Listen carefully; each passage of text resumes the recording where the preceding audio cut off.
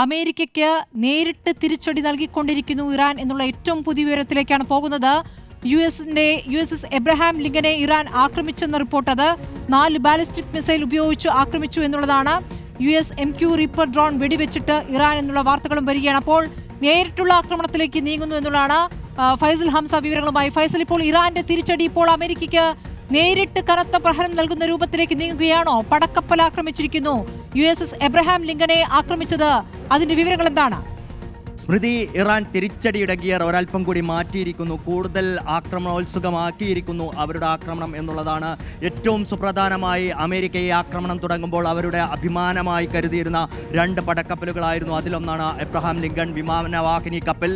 ലോകത്തിലെ തന്നെ ഏറ്റവും ശക്തമായ കപ്പലുകളിലൊന്ന്, സന്നാഹങ്ങളുള്ള കപ്പലുകളൊന്ന്.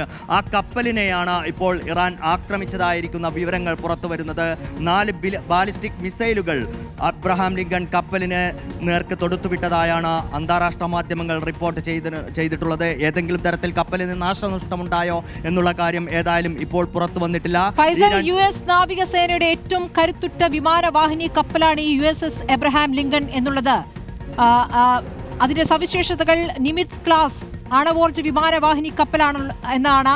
അതിന് 1092 അടി നീളമുണ്ട്, വലിയ ഭാരമുണ്ട്, വേഗം മണിക്കൂറിൽ 30 നോട്ടിലധികമാണ്. ഏകദേശം 90 വിമാനങ്ങളും ഹെലികോപ്റ്ററുകളും വഹിക്കാൻ ശേഷിയുള്ള കപ്പലിന് നേർക്കാണ് ഈ ആക്രമണം ഉണ്ടായിരിക്കുന്നത്. ഫൈസൽ, തീർച്ചയായും അങ്ങനെ തന്നെയാണ് സ്മൃതി. ഈ ആക്രമണത്തിലെ അമേരിക്കയുടെ കുന്തമുന എന്ന് വിശേഷിപ്പിക്കാവുന്നത് 2 കപ്പലുകളായിരുന്നു. ഒന്ന് USS എബ്രഹാം ലിങ്കണും അതോടൊപ്പം തന്നെ USS ജെറാർഡ് ഫോർഡും. ഈ 2 കപ്പലുകളിൽ ഒന്നിനെയാണ് ആക്രമിച്ചിരിക്കുന്നത്. ജെറാർഡ് ഫോർഡ് നമുക്കറിയാം ലോകത്തെ ഏറ്റവും വലിയ എയർക്രാഫ്റ്റ് കാരിയറാണ്, ഏറ്റവും വലിയ വിമാനവാഹിനി യുദ്ധക്കപ്പലാണ്. അതുപോലെ തന്നെയാണ് എബ്രഹാം ലിങ്കണും. നേരത്തെ സൂചിപ്പിച്ചതുപോലെ തന്നെ അതിവേഗത്തിൽ സഞ്ചരിക്കാൻ സാധിക്കുന്ന, അതീവ മാരകശേഷിയുള്ള ആയുധങ്ങൾ വഹിക്കാൻ ശേഷിയുള്ള കപ്പൽ തന്നെയാണ്.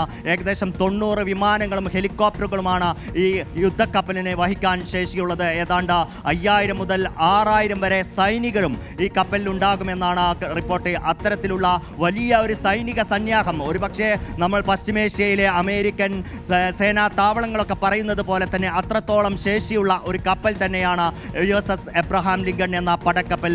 ആ പടക്കപ്പലിനെ പോലും ഇപ്പോൾ ഇറാൻ ലക്ഷ്യമിട്ടിരിക്കുന്നു എന്നുള്ളതാണ് ഏറ്റവും അവിടെ എത്തിയിരിക്കുന്നത്. മേഖലയിലെ സുരക്ഷ ഉറപ്പാക്കാനും ശത്രു നീക്കങ്ങളെ പ്രതിരോധിക്കാനുമാണ്. അത് US സെൻട്രൽ കമാൻഡിന്റെ കീഴിൽ നിലവിലുള്ള കപ്പലാണത്.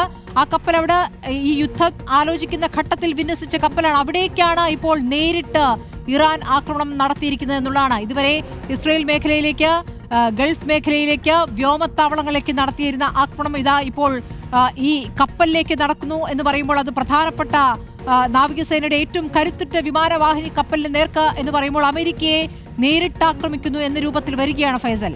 തീർച്ചയായും അതോടൊപ്പം തന്നെ MQ റീപ്പർ ഡ്രോണും ഇറാൻ വെടിവെച്ചിട്ടതായിട്ടുള്ള റിപ്പോർട്ടുകൾ പുറത്തു വരുന്നുണ്ട്.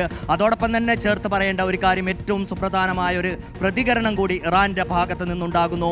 ഹോർമൂസ് കടലിടുക്ക് ഏതായാലും തൽക്കാലം അടയ്ക്കുന്നില്ല എന്നുള്ളതാണ് ഇറാൻ വിദേശകാര്യമന്ത്രി അബ്ബാസ് അറാഖ്ചി പറഞ്ഞിരിക്കുന്നത്. നേരത്തെ ഇറാൻ നാവികസേന ഹോർമൂസ് കടലിടുക്ക് അടയ്ക്കുന്നതായിട്ടുള്ള റിപ്പോർട്ടുകൾ ഉണ്ടായിരുന്നു. കപ്പലുകൾ കടത്തിവിടില്ല എന്ന് അറിയിച്ചതായിട്ടുള്ള റിപ്പോർട്ടുകൾ ഉണ്ടായിരുന്നു. 150-ലേറെ കപ്പലുകൾ അവിടെ കുടുങ്ങിക്കിടക്കുന്നതായിട്ടുള്ള റിപ്പോർട്ടുകൾ ഉണ്ടായിരുന്നു. ആ റിപ്പോർട്ടുകൾക്കിടെയാണ് ഇപ്പോൾ ഇറാന്റെ ഭാഗത്ത് നിന്ന് ഇത്തരത്തിലുള്ള ഒരു പ്രതികരണം വന്നിരിക്കുന്നത്. എന്തായാലും ഇറാൻ ഒരു ഭാഗത്ത് ആക്രമണം കടുപ്പിക്കുന്നു. അത് അറബ് നാടുകൾക്ക് നേരെ മാത്രമായിരുന്നു ഇതുവരെയുള്ള ശക്തമായ ആക്രമണങ്ങൾ നടന്നത്. പക്ഷേ അതിനപ്പുറത്തേക്ക് ഇസ്രായേലിനും അറബ് നാടുകൾക്കും അപ്പുറത്തേക്ക് അമേരിക്കയെ നേരിട്ട് ലക്ഷ്യം വെക്കുന്ന തരത്തിൽ അമേരിക്കയുടെ സൈനിക സന്നാഹങ്ങളെ ലക്ഷ്യമിട്ട് ആക്രമിക്കുക എന്നുള്ള തരത്തിലേക്ക് ഇറാൻ മാറിയിരിക്കുന്നു എന്നുള്ളതാണ്.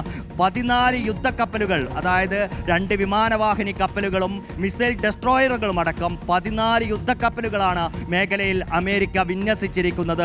ആദ്യഘട്ടത്തിൽ തന്നെ ഇതിൻ്റെ സൂചനകൾ നമ്മൾ കണ്ടതാണ്. ഒമാൻ തീരത്ത് ഇന്നൊരു കപ്പൽ ഇറാൻ ആക്രമിച്ചിട്ടുണ്ട്. അത് പക്ഷേ ചരക്ക് കപ്പലായിരുന്നു. പക്ഷേ അതിന് തൊട്ട് പിന്നാലെയാണ് ഇപ്പോൾ അമേരിക്കയുടെ അഭിമാന സ്തംഭമായ, അമേരിക്കയുടെ ഏറ്റവും വജ്രമുനയായ ആ കപ്പലിനെ തന്നെ ആക്രമിക്കുന്നത്. അതാണ് ഈ കപ്പലിൽ ജീവനക്കാരും എയർവിംഗും അടക്കം ഏകദേശം 5000 മുതൽ 6000 പേർ ഉണ്ട് എന്നുള്ളതാണ്. ഇപ്പോൾ ഈ ആക്രമണം ഏത് രൂപത്തിലുള്ളതായിരുന്നു, എത്ര വലിയ ആക്രമണമായിരുന്നു എന്നതിന്റെ വിവരങ്ങളൊക്കെ വരാനിരിക്കുന്നേ ഉള്ളൂ. പക്ഷേ ഏറ്റവും വലിയ വിമാനവാഹിനി കപ്പൽ, അമേരിക്കയുടെ ഏറ്റവും ശക്തമായ കരുത്തുറ്റ വിമാനവാഹിനി കപ്പലിന് നേർക്ക് തന്നെ ഇറാൻ പ്രഹരമേൽപ്പിച്ചിരിക്കുന്നു എന്നുള്ളതാണ്.